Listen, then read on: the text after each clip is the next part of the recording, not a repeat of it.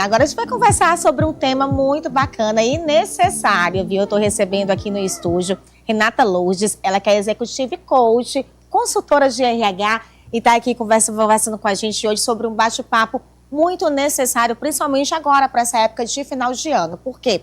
Final de ano começam as confraternizações nas empresas.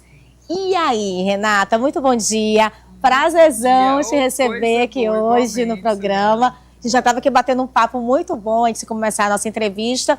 Mas e aí, Renata? O que acontece, né? Dezembro é época de festas, um momento que é realmente para celebrar conquistas, para relaxar. Mas dá para aproveitar de qualquer jeito? Não dá? Quais são os cuidados que os funcionários devem ter nesse momento? Eita, maravilha, né? Dezembro chegou, esse período já está aquecido, é como você falou. É um momento festivo, é um momento que nós vamos ter aí toda essa celebração. Afinal de contas, quando chegar o final do nosso ano, nós vamos compartilhar resultados, nós vamos celebrar aquilo que foi interessante. E quando se fala de confraternização, Suiane, nós vamos ter um evento que faz parte do processo da cultura da empresa, né? Então, não é uma festa qualquer, não é uma balada qualquer.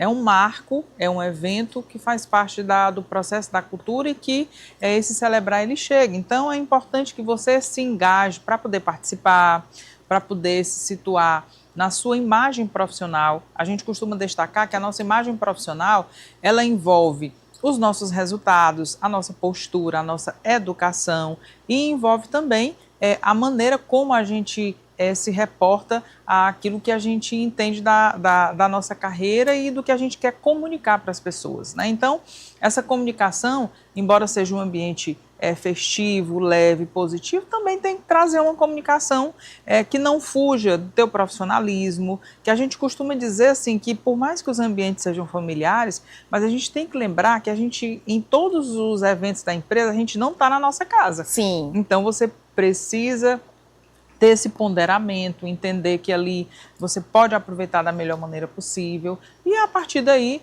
você deixar também uma imagem agradável, porque não é só a sua presença e a sua participação, você também tem que cuidar e zelar para você não tirar ali o agrado, não tirar a felicidade e o momento de prazer e bem-estar dos colegas de trabalho, porque quando tem qualquer exagero, alguém tem que assumir ali também uma coparticipação, né? Então, esse todo que é bacana a gente poder analisar e a gente usufruir esse olhar de investimento na nossa carreira, que é um investimento para a vida toda, né? Então, esse dia do ano, que é o momento da confraternização, da celebração, ele pode e deve ser algo bem agregador. E Renata, você que trabalha já com grandes empresas, né, com grandes empresas renomadas, tem um trabalho muito bem conceituado aqui dentro da nossa capital, me fala quais são os tipos de situações constrangedoras que costumam mais acontecer? Perfeito. Os principais excessos, Iane, que a gente leva em consideração, primeiro, excessos voltados para a bebida alcoólica, né? Porque normalmente as confraternizações, elas trazem, né? Bebidas alcoólicas, não alcoólicas, então, vou deixar de aproveitar? Vou deixar de poder participar desse momento? Claro que não. É só você entender que a sua medida, o seu controle que vai ser fundamental para você levar em consideração aquele momento, né? Um outro ponto muito importante é a gente evitar essa intimidade exagerada, a gente ser invasivo para com os colegas, porque às vezes você quer ser muito engraçado, quer entrar numa dada intimidade e às vezes termina sendo invasivo, seja com os colegas, seja com o seu líder imediato, o chefe, como a gente chama, né? Então, esse é um ponto que a gente precisa ter esse ponderamento, né?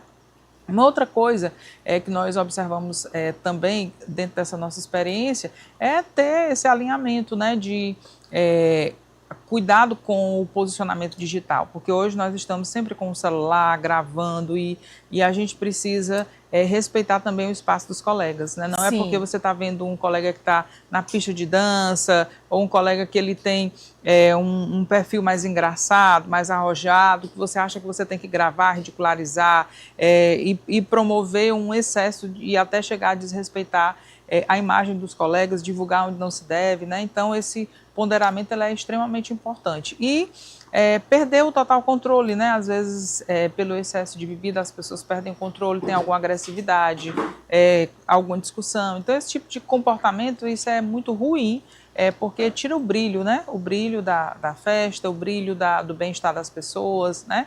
E quando a gente hoje leva esse processo de consultoria nas empresas que a gente acompanha para organizar as confraternizações, a gente já trata o ambiente da confraternização não só como uma festa qualquer, mas a gente procura fazer os destaques do ano, procura receber equipe com experiências interessantes, onde as pessoas possam ter esse entretenimento, sejam com as fotos, com os vídeos, com as experiências do colaborador ali.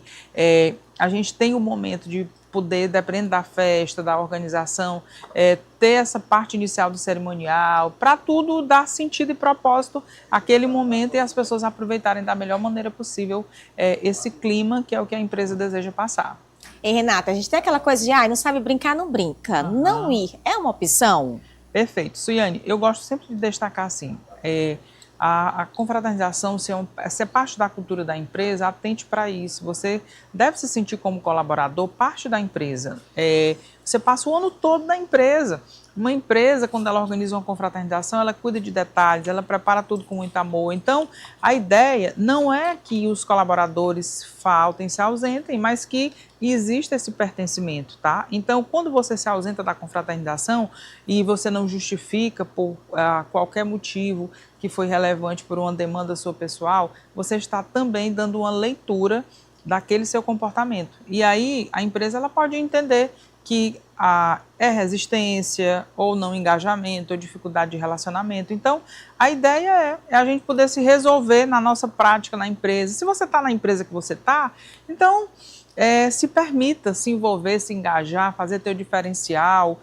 Como eu destaquei aqui, existe algo que pode acontecer que traga uma justificativa, mas por simples resistência, então é importante que você reveja a sua presença ou não nessa empresa que você está, porque se você está de verdade, se engaja, se permita, celebre e agradeça. Eu costumo dizer assim, sabe, Suiane, nós temos um número de mais de 13 milhões de brasileiros desempregados no nosso país. Então, se você tem uma empresa, tem um trabalho, se você tem uma farda, tem clientes, ame e honre a sua história na empresa que você está. Então, a confraternização não precisa ser um motivo de resistência, mas sim um fato que acontece para poder promover esse processo de reabastecer as energias, da gente poder registrar para o universo essa gratidão.